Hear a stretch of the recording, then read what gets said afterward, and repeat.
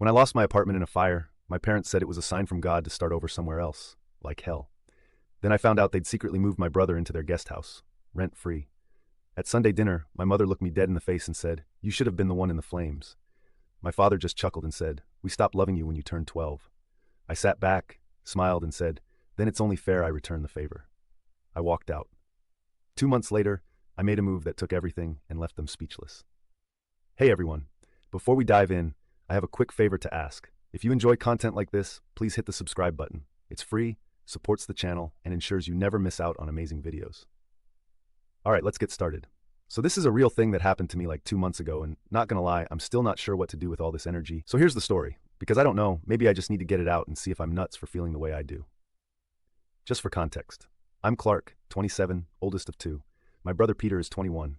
Parents are Lynn and Daryl. I don't really post on here a lot, but I lurk a ton. Always thought these insane family stories were kind of exaggerated, to be honest. Guess not.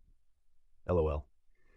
Anyway, I'll start with what actually happened because it's still kind of wild to me. My apartment burned down. Not like the whole building, but my unit plus two others. Electrical fire. Not my fault. The fire department said as much. I lost almost everything except my phone, wallet, backpack, and the clothes I was wearing. It was a Thursday, early evening. I had just gotten back from getting groceries. So yeah, that sucked. Nobody was hurt at least, but all my stuff, gone. So I start calling around trying to figure out where to go. I don't have a girlfriend or anything at the moment, and most of my friends either have roommates or live far out. I'm in SoCal. Everything is like an hour away unless you're lucky. I called my parents first, mostly out of habit. Didn't even think about it. Just figured, hey, maybe I can crash in the guest house for a bit. They've got a perfectly nice one behind their house. Always empty when I visit. I'm not super close to them, but I've always been polite about it. Show up for holidays, Sunday dinners, that kind of thing. So I call my mom. She picks up, sounds weirdly calm, like I tell her my apartment burned, and she just goes, "Oh wow, that's something." Then she says, and I swear this is what she said, "Maybe it's a sign from God that it's time for you to start over somewhere else." Like, who the hell says that to their kid after a fire? I thought maybe she was just shocked or didn't get it, but nope. She just starts talking about how sometimes life gives you these little pushes, and maybe I should take the opportunity to travel or move to a smaller town or something. Like, it's a road trip, not me losing everything I own. I ask if I can come by and stay in the guest house for a while, just until I find a new place. Suddenly it's all excuses. She says the guest house is under renovation. There's no space, and besides, they're getting older and can't deal with that kind of disruption right now. She suggests I check out some cheap motel for a week or two and see where the spirit leads me. I'm not kidding, that's what she said. I hang up, kind of stunned, and just sit there on the curb outside, what's left of my place, refreshinghotels.com on my dying phone. I end up crashing with this guy Sean from my old soccer league for a few nights. It's cramped, his girlfriend isn't thrilled, but whatever, I'm grateful. While I'm looking for apartments, I keep thinking about my parents' vibe on the phone, how they were almost relieved, and how the guest house just happened to be unavailable right when I needed it. It didn't sit right. So I started poking around. About a week in, I'm scrolling through Insta stories and see my brother Peter posting from what is clearly my parents' backyard. Literally their pool. I recognize the stupid flamingo float my mom refuses to throw out. Then he pans the camera and yeah, there's the guest house. Lights on inside, his hoodie hanging on the porch railing. I DM him. He leaves me on read. Later he posts a pic from inside, with the same ugly curtains my mom picked out. He's totally living there. I'm sitting in Sean's apartment, eating ramen from a mug, while my brother is living rent-free in the place my parents just told me was unavailable. I'm not dumb. I put it together real quick. So I call my dad, try to get a straight answer. He's even worse than my mom. He just says things are complicated, Peter has some stuff going, and they're trying to help him get on his feet. Doesn't offer me anything, not even a couch. I ask why they lied about the guest house. He just says it's not my business. Then he hangs up. I throw my phone on the bed, probably harder than I needed to. For the next week, I kind of go on autopilot, just doing what I have to get by. Sean's place is loud. His girlfriend is always giving me side-eye. I start sleeping at work just to avoid being a burden. Showering at the gym, eating whatever's cheap. I try not to think about my parents, but I keep getting these passive-aggressive texts from my mom like, "Thinking of you, hope you're finding your way." No actual offers to help. Nothing about money or a place to stay. I don't reply. Then I get a text from my mom inviting me to Sunday dinner. She says it's important that we all be together as a family and she's making roast. I almost ignore it, but honestly, I'm pissed and bored and want answers. So I say fine, whatever. I show up wearing the only dress shirt I managed to save, which still smells like smoke no matter how many times I wash it. Peter is there looking like he just woke up, wearing slides, acting like nothing's weird. My mom hugs him, pats me on the shoulder. Dinner is awkward. My mom talks about church. Peter mumbles about some online class he's taking. My dad just eats and doesn't look at me. I try to ask Peter how long he's been in the guest house. He just shrugs and goes back to his phone. My mom changes the subject every time I bring up my situation. She says, "Maybe this is a blessing in disguise for you. Maybe you needed a wake-up call. I just stare at her. I say, you really think this is some cosmic lesson? She looks me dead in the eye and says, maybe it would have been better if you'd been the one in the flames, since you're always so restless. My dad laughs. Just a little laugh, like it's a dumb joke. But I can tell he means it. Then he says, we stopped loving you when you turned 12. You know that, right? I just sit there for a second, because what do you even do with that? Peter looks up, but only for a second, then just goes back to his feed. My mom is still looking at me like she's daring me to say something. I push my chair back, stand up, and say, then it's only fair I return the favor. My dad rolls his eyes. My mom starts to say my name, but I'm already heading for the door. Peter mutters something under his breath. I don't even care what. I grab my keys and leave. My mom slams the door behind me. I stood on the porch for a minute, just breathing. It's not like I thought my parents loved me or anything, but hearing it out loud like that, with Peter just sitting there, that was different. I didn't cry or anything, just got in my car and started driving. I didn't know where I was going, I just knew I wasn't letting it slide. Not this time. I'm not the type to just walk away and let people step on me. Not anymore. So yeah, that's how it started. If you're still reading, I guess you're probably wondering what I did next. Honestly, me too. I went home that night with one thing on my mind. If they want to play hard, I can play harder. Next part's where things actually get interesting. I promise. Update 1. Alright, back for part 2 because y'all asked, and honestly I need to vent. Also, thanks for the DMs. Some were wild but appreciated. LOL. So, picking up where I left off, after that Sunday dinner where my parents basically said they never loved me, still wild typing that like WTF, I left. Slammed the door. No one followed me out, not even Peter, which honestly stung more than I thought it would. I just drove around for a while, not really thinking, just angry. Ended up at a 24-hour donut shop, scrolling on my phone, not wanting to go back to Sean's because his girlfriend gets in these moods where everything I do is too loud or too messy. Started looking for apartments again, but I already knew I couldn't afford anything decent without some help, and clearly my parents were out. For a couple days, I was just in a kind of autopilot grind. Sleep, shower at the gym, eat whatever. Try not to think about what happened. But things started sticking out, little stuff that just kept bugging me, like why was my mom so set on me not coming near the house? Every time I even texted, she'd reply hours later with some fake positive energy. And I started thinking about the guest house. Like, why does Peter get it? Why the secrecy? Why the lies? He's not a bad guy, just always been the golden child. Always got whatever he wanted. I always chalked it up to the usual older versus younger sibling thing. But after that dinner, I started replaying stuff from way back. I went by my parents' place one afternoon just to see if maybe I was overthinking. I parked down the block, walked past the house, saw Peter's car in the driveway and music coming out of the guest house window. I could hear him on a call, laughing. I didn't go up or anything, but it was clear he was living his best life while I was couch hopping. Not gonna lie, that made me angry all over again. So I started paying attention. I talked to my Aunt Natalie, my mom's sister, who's the only one in the family who ever really asks how I'm doing. She called me after seeing some vague post my mom made on Facebook about prayers for the lost. I told her what happened with the fire and how my parents basically iced me out. She got real quiet, then said she thought my parents might be having some money problems, but didn't know details. I thought that was weird, because last time I visited, my dad was talking about diversifying assets and all that crap, acting like everything was fine. I started wondering if the guest house was more important to them than I thought. Then, like 2 days later, my mom posts a photo on her Instagram of the backyard all done up with string lights and fancy cushions. In the background, you can see the guest house door open and Peter's shoes right on the step. The caption's all about family blessings and making new memories. I almost threw my phone. I just commented, looks nice for a renovation. And she deleted it within 5 minutes and texted me to stop causing drama. It got clear that they were hiding something, but I still didn't know what. I dug a bit, mostly through old convos, and remembered something my dad mentioned ages ago about wanting to turn the guest house into an Airbnb or something to help with retirement. Made sense. But then why is Peter living there for free? So I texted him, just straight up like, do you pay rent? He didn't answer, but the next day he sent me a meme about nepotism babies, which honestly was kind of funny, but also, like, read the room, dude.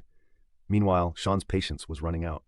His girlfriend started slamming the bathroom door every time I used it first, and one night she yelled at me for leaving a spoon in the sink. I get it. I started sleeping in my car a couple nights a week just to avoid conflict. I texted my parents again, just for the hell of it, asking if maybe I could at least use their shower sometimes. No answer. Then, 2 days later, my mom sends this long text about boundaries and how everyone needs to carry their own burdens. I laughed out loud in the parking lot, so I started digging. For real. I know my parents have some family money from my mom's side, but they always made it sound like it wasn't much. But then Natalie called again, this time actually upset, saying my mom was asking around about the inheritance paperwork. I literally had no idea what she was talking about. Turns out when my grandma passed a few years back, she left a chunk of money for me and Peter, but my parents were supposed to hold it until we hit 30. Natalie said she thought maybe my parents were trying to get me to sign something to give up my share, but she didn't know for sure. So now I'm pissed. Not only did they freeze me out, they're actively hiding money that's supposed to be mine. I start asking questions carefully. I text my mom asking if there's any paperwork I need to sign since I'm starting over and could use some help. She replies with a wall of text about how money can't solve everything, and the Lord provides in mysterious ways. I screenshot it, send it to Natalie. She just sends back a thumbs down. Meanwhile, I start noticing other stuff. My parents are suddenly posting a lot about downsizing and embracing simplicity. My dad puts his old watch collection up on Facebook Marketplace, which is weird because he used to brag about never selling them. My mom lists a bunch of furniture from the guest house. I ask Natalie if she thinks they're strapped for cash, and she just says maybe, but they'd never say it out loud. The next week, I run into Victoria, my cousin, at a grocery store. She asks if I'm coming to the family barbecue. I laugh and say, not unless my parents start acting like humans. She looks at me weird, then says she heard my parents are having a hard time with the Airbnb thing and might have to kick Peter out. I ask her what she means, and she says, oh, didn't you know your parents were counting on the guest house to bring in some extra money?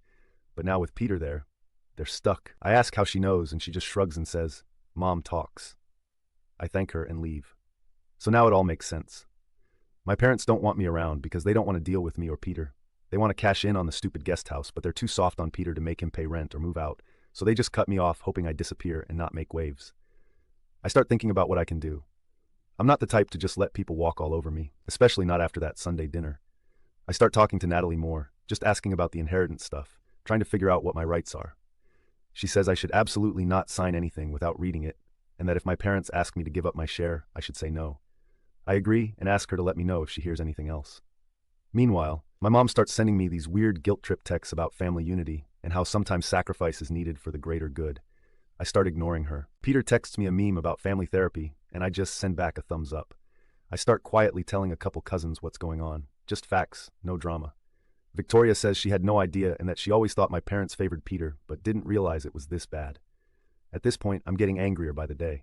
I'm tired of being polite. I decide if they want to play this game, I'm not just going to take it. I'm going to make it hurt, financially and otherwise. I start looking into what it would take to force the inheritance issue and how to make sure my parents can't just sweep it under the rug. Natalie agrees to help quietly. I start making notes, screenshots, saving every text and email. The best part? The more I dig, the more cracks I see in their perfect image. My dad starts snapping at people in group chats. My mom starts posting passive-aggressive stuff about ungrateful children. At the next family thing, my mom hugs me for the first time in forever, but it's stiff and I don't hug back. Victoria asks if I'm okay. I just say working on it. This is the part where I stopped being passive. I decided I was done playing nice. Next part is when I actually start making moves, and trust me, they didn't see it coming. If you're still reading, yeah, it gets worse before it gets better. I'm not letting this go. Update 2. Okay, so here's where it stops being just my family sucks and starts being I'm actually going to do something about it. Because at a certain point, I just got tired of feeling like a side character in my own life, lol. I started noticing things about my parents that felt off, even for them. Like my dad was suddenly super present on the family group chat, which he usually ignores unless it's his birthday, and my mom kept posting vague inspirational quotes about letting go and trusting the path. But then she'd turn around and text me about how we all need to make sacrifices in hard times. Classic Lynn move, honestly. I'd see Peter at random, usually in drive-thrus or at the gym, and he'd act weirdly defensive, like he knew I was about to call him out for living rentrée. While I had nothing, he'd make jokes about how he was living the soft life, and then immediately ask if I'd heard anything about our inheritance. So it was obvious he knew more than he let on, just didn't want to get involved. I stopped asking him for anything after he called me obsessed with drama to Victoria. I mean, not going to lie, he's not wrong, but still, I'm not just making this up for fun. The real shift started at a family barbecue Natalie threw, which I only went to because she basically begged me and said she'd make sure my parents behaved. I show up, bring chips, try to keep it low-key. My mom gives me that tight smile she does when she wants to look like the world's best mom. My dad barely says hi. But people keep asking me if I'm doing better and if I need anything, which is weird because I never told anyone besides Natalie about the fire. So clearly she's been telling people, but in her version it's all about how strong I am, which, whatever, but it gets annoying. Then my mom corners me near the drinks and asks if I've come to my senses about the inheritance stuff. She says it like it's about me being difficult, not about them hiding money from me. I say, just tell me what you want and stop playing games.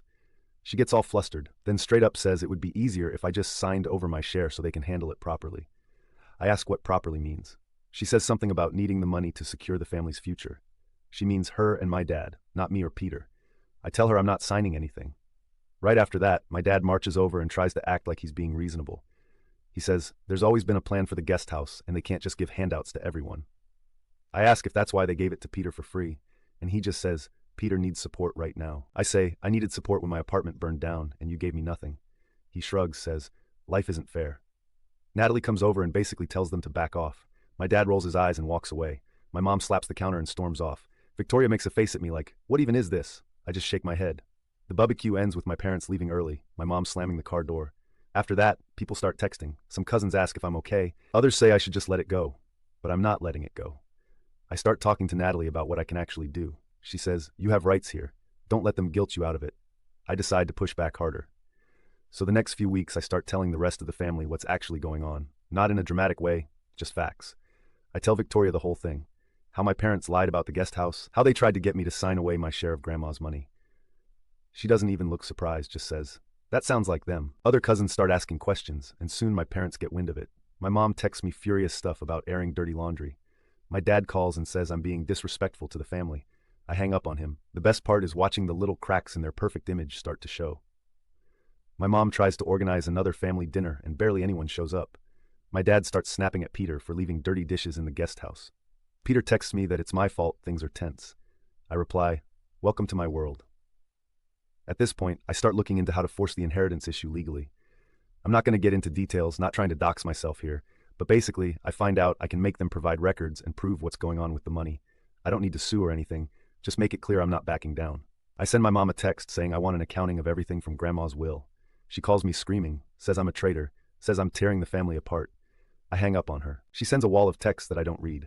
Meanwhile, my parents start posting even more desperate stuff online about forgiveness and moving on from the past. I see my dad at the store one day. He tries to shoulder bump me out of the way. I just stare at him. He says, you think you're so clever, but you're not getting a dime. I say, we'll see. He shoves past me. I walk out and text Natalie. She just sends back a gif of someone eating popcorn. The last straw is when Peter texts me that my parents are trying to kick him out now because they need to get the guest house rented for cash. He says, thanks for ruining everything. I reply, you're welcome. A couple days later, my mom calls to negotiate. She says if I sign over my share, they'll give me a little cash to help me get back on my feet. I laugh and say, I want what's mine, nothing less. She hangs up. I hear from Victoria that my parents are freaking out, trying to figure out how to pay bills now that they can't just sell Grandma's stuff without me signing off. I go to one more family thing, this time a birthday party for my cousin's kid. My parents show up late, look tired, don't talk to anyone. My dad tries to act like nothing's wrong, but nobody's really buying it. At one point, he corners me in the kitchen and tries to intimidate me. Says, you're making a mistake. I say, maybe, but I'm not making it alone. He slams a cabinet and leaves. So yeah, that's where it's at. The screws are turning. My parents are losing face, losing money, losing whatever grip they thought they had. I'm not done yet, not even close. Next move is going to hit them where it hurts. Honestly, I can't wait. If you made it this far, appreciate you. One more part left, and then you'll see how it ends, for real. Final update. So yeah, this is the part where everything actually broke open. If you've been following, you know I'm not into forgiveness or whatever. I'm not here for a healing arc. I wanted them to feel it, for real. So if you're hoping for some everyone holds hands ending, you're going to be disappointed. It started with a call from my mom, and instantly I knew something was off. She's suddenly all sweet, acting like she just wants to talk things out and bring the family back together. I literally laughed. The last time she called, she was accusing me of tearing the family apart and screaming. I don't even try to hide my annoyance. I just say, so what's the deal now? Did you figure out you actually need me for something? She gets quiet and says, maybe we could meet up. Just the three of us. No cousins, no Natalie, no drama. So I show up, but not at the house. I pick a coffee shop near their place. Keep it public so there's less chance of them making a scene. My dad shows up late, sits down with that look he gets like he's about to deliver some lecture about growing up. My mom just tries to play the peacekeeper. They start in on how things have gotten out of hand and how family comes first. I let them talk. I basically just nod, scroll through my phone. Finally, my dad snaps and says, you think you've got us cornered, but you're not going to win. I tell him, this isn't about winning, it's about getting what's mine. My mom tries to reach for my hand across the table, and I pull away. Then my dad says, we're in a bad spot, okay? The guest house needs repairs, we're behind on bills, and with everything you've been telling the family, nobody wants to help us. I just stare at him. He actually looks nervous, which is new. I say, sounds like a you problem. My mom tries to guilt trip me, starts in on how parents make mistakes, and sometimes you have to do what's right for the whole family. I just cut her off. I say, you lied about the guest house. You lied about the inheritance. And you made it clear at dinner, I mean nothing to you. Why would I do anything for you now? My dad mutters, you think you're so much better than us. I say, no. I just know when someone's trying to play me. At that point, my mom stands up and slaps the table. She says, if you don't help us, you'll regret it. I laugh and say, I think you'll be the ones regretting this. I leave. Go straight to Natalie's. She's already made some calls and has all the paperwork ready for me to force the inheritance issue. I sign the docs. What this means in real life: my parents have to provide full accounting of everything from Grandma's will, and if there's any missing money, they're on the hook to repay my share. There's no hiding, no let's talk about it later. They have to sell what needs selling, divide what needs dividing, and they can't lock me out of anything. Natalie backs me up, says she'll make sure nothing sketchy goes down. The next week, my parents start blowing up my phone. First it's anger, then it's begging. My dad leaves a voicemail saying I'm ruining their lives. My mom sends a string of texts about how I'm breaking her heart. I don't answer any of them. Meanwhile, I hear from Victoria that my parents are panicking about the guest house. They can't afford to fix it, they can't get Peter to pay, and they need cash fast or the bank is going to come after them for late payment. Peter texts me that I'm screwing over the whole family. I just tell him to take it up with his landlords. The fallout is real. My parents are forced to sell off a bunch of stuff, including the guest house, just to cover my share. That means Peter gets booted, finally. He's pissed, calls me every name in the book, but I just block his number. My dad tries to get around the paperwork, but Natalie shuts it down every time. My mom calls and tries to make it my fault that they're losing things. I just say, you made your choices. The family group chat is a disaster. People are taking sides. Half of them think I'm justified, the other half think I'm heartless. Honestly, I don't even care. For the first time in forever, I'm not just rolling over and taking it. I get my share, straight up, not a penny less. My parents are left scrambling and have to move into something smaller. They try to guilt me into helping with the transition. I just say, figure it out. There's a family dinner at Natalie's a couple weeks later. My parents show up late, looking tired and not talking to anyone. My dad tries to corner me in the hallway, says, you really think this is what Grandma would have wanted? I say, I think she'd want people to get what they were promised. My mom tries to cry in front of everyone, but nobody really reacts. Victoria hugs me after and says, glad you finally stood up for yourself. The weirdest part is how normal life feels after. I get my own place. Nothing fancy, but it's mine. I block my parents' numbers for real this time. Peter tries to add me on Snapchat like nothing happened. I just ignore him. Sometimes I wonder if I went too far. But then I remember sitting at that dinner, my mom looking me in the face and basically wishing I was dead. I'm not the villain here. I just finally decided to play by their rules, and I played harder. Last thing, a couple family friends reached out after hearing what went down. One actually asked me if I'd do it all again. I said absolutely. Because if you don't stand up for yourself, people like my parents will just keep taking. So yeah, that's the story. Not a happy ending, but it's real. And it's mine. If you're dealing with family who treat you like trash, you don't owe them anything. For real. Thanks for reading. This whole thing has been wild. Maybe I'll update again if something else happens.